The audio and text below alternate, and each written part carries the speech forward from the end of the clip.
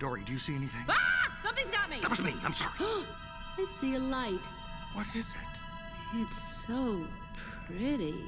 I'm feeling happy, which is a big deal for me. I want to touch it. Ooh. Hey, come back. Come on back here. I'm gonna get you. I wanna get you. I'm gonna get you. I wanna swim with you. I'm gonna get you. I'm gonna be your best friend. Good feelings gone. Well, it's great to be back talking with Finding Nemo. This very building is so close to Pixar. Was this used at all for fish research? Well, yeah, we actually did come over here a lot, and we went down to the aquarium in Monterey. We got out as much as we could. And I mean, of course, we even went over to Australia to do research over there. But it was very handy having this aquarium right in our own backyard. One of my favorite things in the movie is the little touches of, like, when Nemo comes out of the anemone, goes back in and out, which, of course, clownfish actually do. Right. Little touches like that. Can you talk about finding those? Sure. Well, you know, we did a lot of research. We watched a lot of,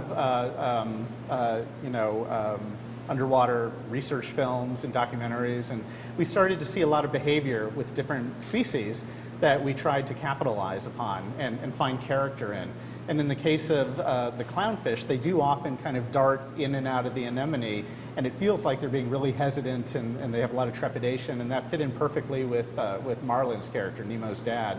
So we tried to have it both ways. We tried to be true to the world of the underwater environment and also be true to the characters that we were creating for the film. I worked on Finding Nemo, gosh, it was 10 years ago, 2003. I was a directing animator on the film, and I specialized on the character of Dory with DeGeneres. And it was my favorite experience working on a feature. And I loved the characters, and I loved the film, and that's why, like, 10 years later, I am over the moon to be a part of screening Finding Nemo 3D with this new film, Partysaurus Rex, that I've worked on for the last 2 years. Is it something where you need that 10 years of experience to direct something like this? You know, directing a film at Pixar is not what most people think. The story comes from inside you, and John Lasseter works with you to pull out that story to the best story to make it the best story it can be, and kind of you as a director to pull out the best that you have within you to make it. And all of those years of working with John Lasseter and Andrew Stanton and Brad Bird have really helped me learn how to do that in a way that keeps people excited about a project. You guys were talking a little last night before the screening about how intricate it is to go back. It's not a matter of just pulling the old files. It's, I think you used the term archaeology. Can you talk a little about where to begin in bringing Nemo back for 3D? Recreating a film like Nemo in 3D is not a trivial process. The first thing we have to do is this digital archaeology, because the version of the software that was used when we made the film originally isn't necessarily still a pipeline as we're working on it now. So our technical leads go back, resurrect a version of that software, and port it forward so that it can run on modern machinery. We use pieces of tools from old pipelines, an aspect of the tools from the new pipeline, to put together a version of the software that can be used. From there, we just have to get the shots to look right. A lot of things can go wrong due to changes in systems infrastructure, storage location, versions of the software. So simply rendering a shot doesn't make it look, quote, right. So the next big stage after that digital archaeology is just to get the shots to look right. From there, we can go into the creative aspect of stereoscopy and into making the final renders, etc. And one of the things that was fascinating to me was the idea that little changes are sometimes required in the shot, particularly in depth of field, just because they're distracting in 3D. Yeah, we do make very subtle changes to make the best 3D version of the movie we can. We might slightly reposition a camera, we might change the depth of field so more objects are in focus. We might remove a certain foreground object so we can dedicate more 3D depth to the character and not have to just account for a foreground piece of reef, for instance. So there are little subtle changes that we've made throughout the film.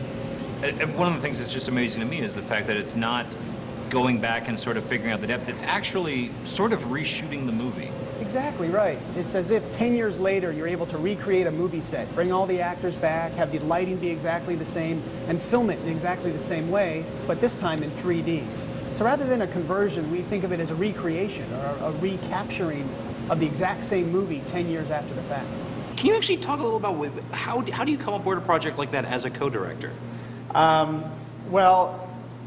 You know, in the early days of Pixar, it was John Lasseter basically directing the first couple of movies. But at a certain point, as we started to grow as a studio, we needed to start dividing and taking on different projects. And I became I always thought of myself as like a Robin to the director's Batman. And I would just kind of join different films and help out in any way that I could. And ended up co-directing on Toy Story 2 and Monsters, Inc. and then Finding Nemo. I really saw my job as being kind of a right-hand man to the director, kind of doing everything I could to help them achieve their vision. So are you Nightwing now? Am I Nightwing now? I guess so, yes. There's something awesome about taking the electro dance craze party thriller and putting Wallace Shawn in, right? Yeah, Wallace Shawn is, he is Rex. I mean, when you work with Wallace, he brings so much of the character to the table. I mean, you can ask him, is this feeling in character? And he'll have an opinion, and he knows that character, I think, better than we at Pixar do, because he's lived in that costume for so many years for the 3 movies. And having Wallace Shawn read, I don't know, I can get this party started up in here, was almost really him trying to understand getting the party up in here, what that meant. I mean, he really is Rex in that situation, which is pretty funny. So looking back on the film, what do you look at now and think has changed in how you would approach Finding Nemo? Honestly, I don't think I would have done anything differently. By the time we made Finding Nemo, even though it was 9 years ago, I think we all had gotten pretty sophisticated as filmmakers, and we were able to use the tools to really create just about whatever we wanted. In the early days on Toy Story, we were very limited by the state of technology, and we had to tell stories that we could actually pull off using kind of by today's standards, crude CG technology. But by the time we made Finding Nemo, we kind of could already do just about anything that we wanted to do.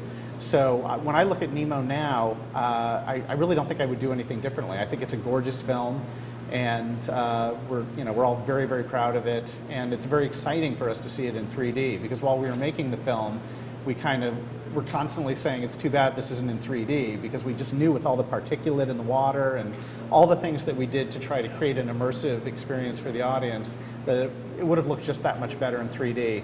And that's what's proven to be the case now that we've created the 3D version. I gotta find my son Nemo!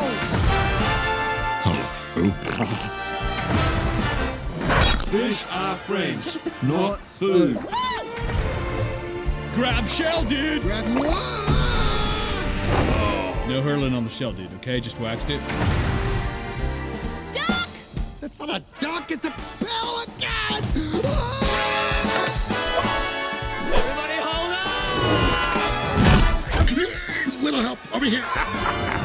Somewhere beyond the sea. How's it going, Bob? I speak whale. Come back.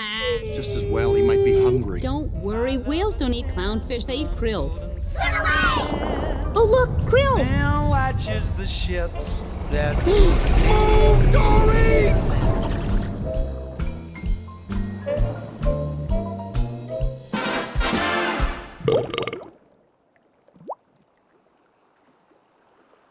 Nice.